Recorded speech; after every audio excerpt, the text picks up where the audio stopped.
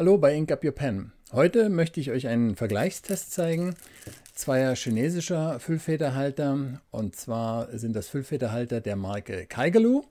Die wird einigen von euch sicherlich bekannt sein. Und zwar geht es heute um die beiden Füllfederhalter Kaigelu 316, das ist der weiße Füllfederhalter, und den Kaigelu 316A, das Nachfolgemodell, das ist der grüne Füllfederhalter.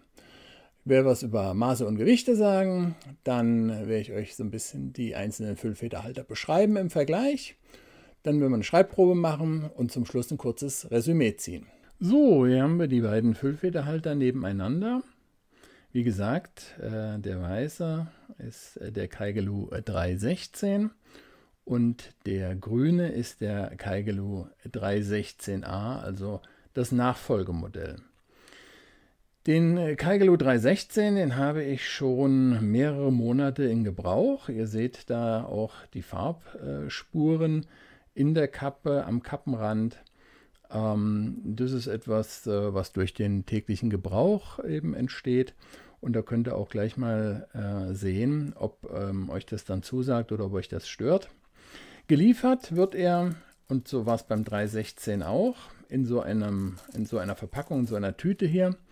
Also nichts Aufwendiges dabei, sondern ganz normal, wie die typischen chinesischen Füllfederhalter eben hier zumeist ankommen. Beginnen wir mal mit dem Kaigelu 316.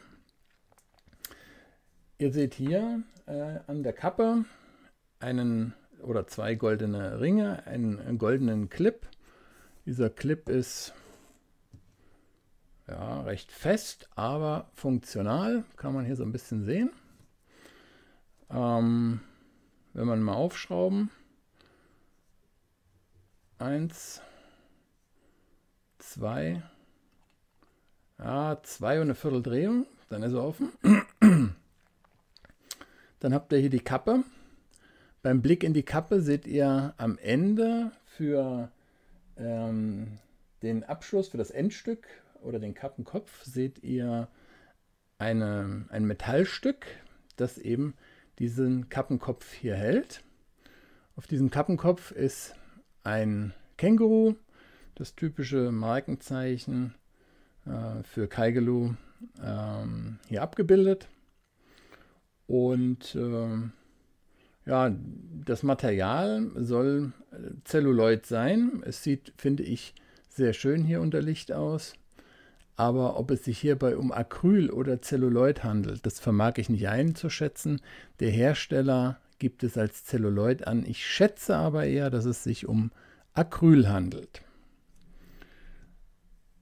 So sieht die Kappe aus. Jetzt legen wir mal im Vergleich die Kappe des Kaigelu 316A daneben. Auch hier werden wir erstmal die Kappe abschrauben. 1, 2, 2,5, 2, 3/4, ja, fast 3. Fast 3 Umdrehungen, also etwas mehr als beim Kaigelu 316. Ja, die Kappe selber mit nur noch einem Kappenband versehen, ist eine Ornamentenmustersammlung mit auf goldenem Grund. Der Clip ist absolut identisch. Von der Funktion her ähnlich fest. Der Kappenkopf, wieder das bekannte Känguru. Wir können mal die beiden nebeneinander stellen. Also eine leichte Veränderung ist erkennbar. Känguru. Känguru ist ein wenig schlanker, sieht zumindest so aus, das schwarze Känguru. Aber sind doch recht ähnlich. Die Clips sind jetzt hier an verschiedenen Seiten, aber das könnt ihr ganz einfach lösen, indem ihr hier oben aufschraubt und dann eben den Clip so dreht, wie es euch gefällt. Das können wir gleich mal machen. Nehmen wir den Kappenkopf mal ab, dann seht ihr hier beim Kaigelu 316, dass der in mehrere Teile zerfällt. Und wenn wir daneben den 316a zerlegen, seht ihr, ich drehe gleich mal den Kappenkopf um, dass wir hier einen kleinen Unterschied haben. Und zwar gibt es in der Kappe gibt es keinerlei Metallverarbeitung mehr. Also das ist der wesentliche Unterschied. Wir werden es nachher auch bei den Gewichten sehen. Das macht schon was aus und ist deutlich unterschiedlich. Dann kommen wir mal zu den Füllfederhaltern. Füllfederhalter, beide auch in der gleichen Größe. Da ist kein Unterschied, wie ihr seht. Beide gleich lang. Aufbau identisch. Jetzt rollt der eine mal ein bisschen weg. Dürfte sich um die gleiche Feder handeln. Auch das Griffstück ist identisch. Die Länge des Schaftes ist identisch. Die Zierringe sind identisch. Also da gibt es außer der Farbe des Griffstücks und der Kappe, also des Abschlusses oben, des Endstückes am Schaft, gibt es keinerlei Unterschiede. Dann werden wir nochmal einen Blick auf die Feder werfen. So, da seht ihr es. Die beiden Federn auch absolut identisch.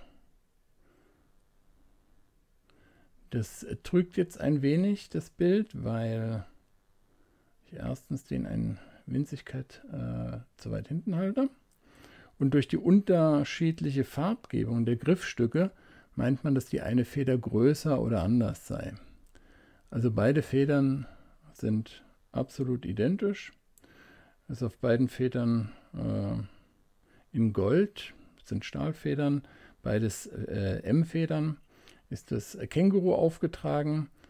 Bei dem 316er Modell seht ihr vielleicht schon, dass ja, so ein bisschen beim Känguru schon die Farbe am Kopf fehlt. Das ist durch den Gebrauch entstanden. Also ich gehe davon aus, es steht auch nichts anderes auf den Federn drauf, dass es sich hier um, ich sag mal, in irgendeiner Art von Farbe handelt. Und dass nichts vergoldet ist, weil sich das sofort hier auch, ja, ich sag mal, davon wieder löst von der Stahlfeder. Unten sind sie beschriftet mit Kaigelu, also auch da absolut identisch. Ja, dann werden wir sie mal zerlegen. Schrauben mal den Schaft ab. Ihr seht hier Metallgewinde. Die Aufnahme erfolgt dann in Kunststoff. Beim Kaigelu 316a und beim Kaigelu 316 auch hier ist er beschriftet mit 316. Der Konverter ist ein bisschen anders. Da steht hier oben noch Kaigelu drauf. Da könnt ihr es lesen. Da steht das Modell drauf. Hier unten am Metallteil des Griffstücks steht auch nochmal Kaigelu. Konverter sind etwas unterschiedlich. Wir blicken nochmal zum Vergleich in die beiden Schäfte hinein. Auch da jeweils die Aufnahmen in Kunststoff. So wie sie aussehen, sind sie auch austauschbar. Also ihr könnt euch gibt es hier in sehr vielen Farben, einen grün-weißen zusammenbauen oder mit sonstigen Farben das Ganze dann auch tauschen. Ja, auch hier kann man den Schaft zum Reinigen zerlegen. Da könnt ihr dann so reinschauen, hier mit dem Zierring. Und genauso sieht es aus beim Kaigelu 316. Also auch hier gute Reinigungsmöglichkeit. Aber ihr seht schon, so richtig Schmutzig wird er nicht. Hier unten natürlich so ein bisschen die Aufnahme von Tinte.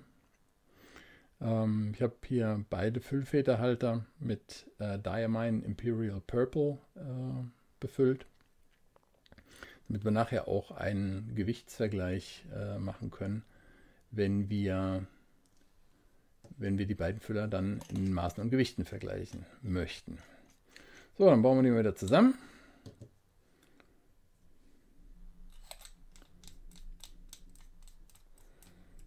Von der Griffigkeit muss ich sagen, beide Füllfederhalter, da sie auch über identische Teile verfügen, beide sehr angenehm. Der Kaigelu 316 etwas schwerer, gefällt mir ganz gut, aber auch der 316A liegt sehr gut in der Hand und da gefällt mir halt ganz gut, dass man auch Griffstück und das Abschlussstück am Schaft, dass man das in einer Farbe gemacht hat. Insofern wirkt es aus meiner Sicht dann auch deutlich wertiger. Okay. Dann kommen wir mal, wenn wir hier noch die Kappe aufschrauben, dann kommen wir mal zu den Maßen und Gewichten.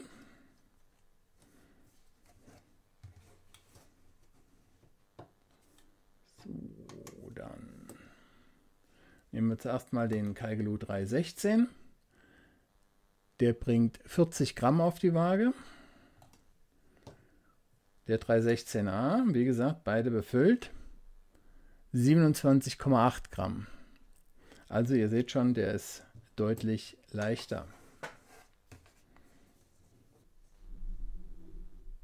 13,5 cm lang. Ja, Maße ohne Kappe sind ja dann auch identisch. 12,5. Und dann werden wir auch mit den Maßen und Gewichten durch. Und dann kommen wir auch schon zur Schreibprobe. Beginnen wir mit dem... Ja, geht schon los. Der hat eine Weile gelegen. Kaigelu 316 hat eine M-Feder. Die Tinte ist Diamine Imperial Purple. So, dann könnt ihr noch mal hören, wie der hier sich über das Papier bewegt.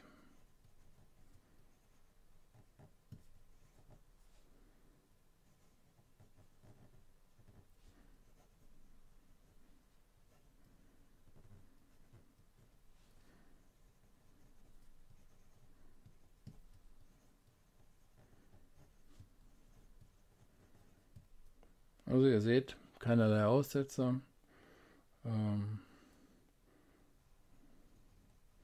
Viel Variation, ein bisschen bringen wir rein.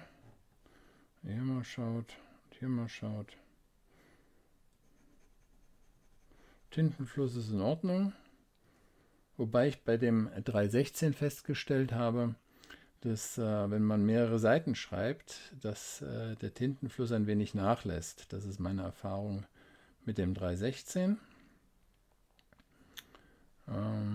Verkehrt rumschreiben.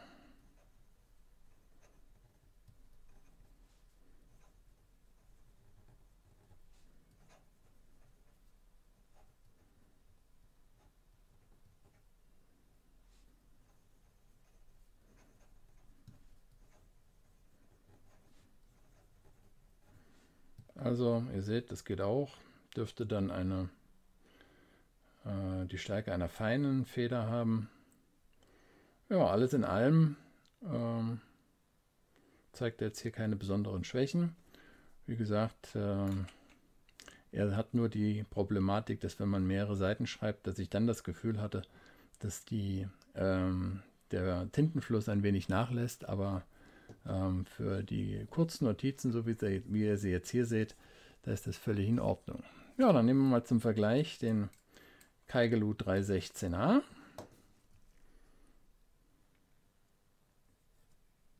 Der hat ein kurzes Anschreibproblem.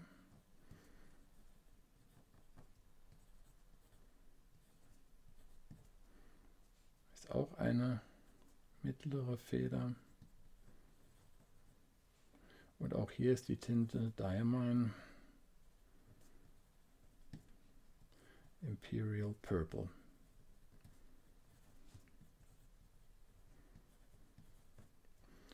So, dann schaut euch das Ganze mal an. Oder hört euch das auch an.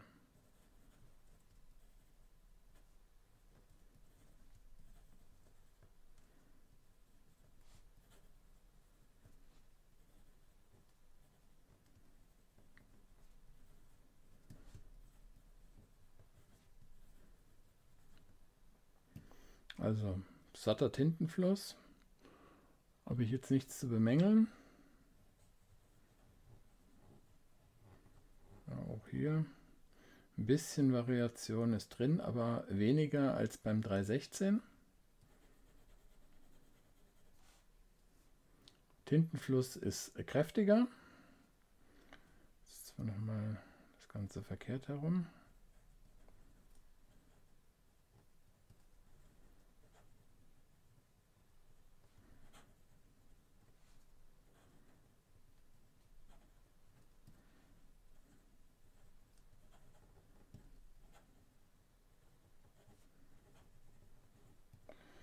Ja, soviel zu den Schreibproben.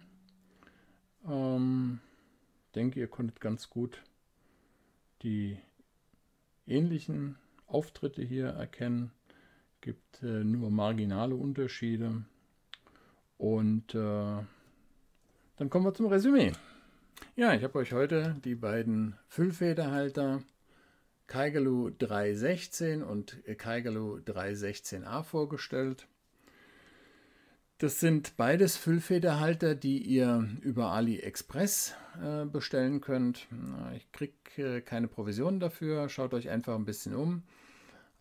Die kosten so um die 15 € inklusive Versand.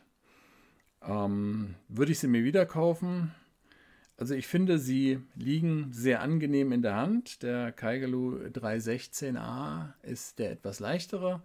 Aber ich muss ganz ehrlich sagen, ich werde ihn jetzt auch mal noch eine längere Zeit benutzen. Das gefällt mir schon mal sehr gut. Auch der etwas stärkere Tintenfluss.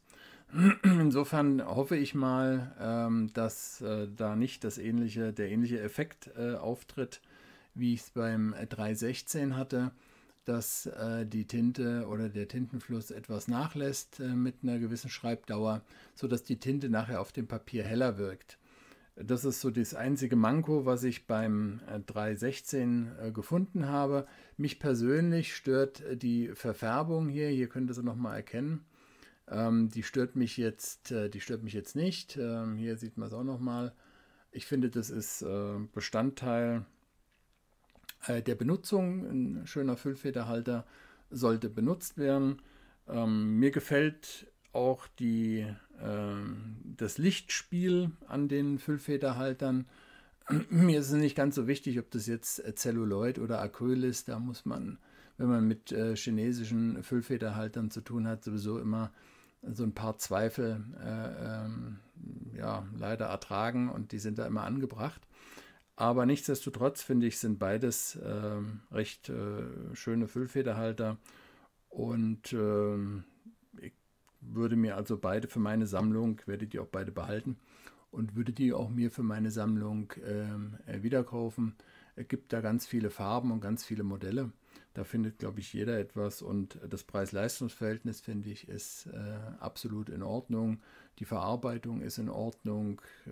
Da hat man nichts zu meckern. Das ist natürlich kein Füllfederhalter, der jetzt Hunderte von Euro kostet. Also insofern in seiner Vergleichsgruppe denke ich, da kann er durchaus mithalten.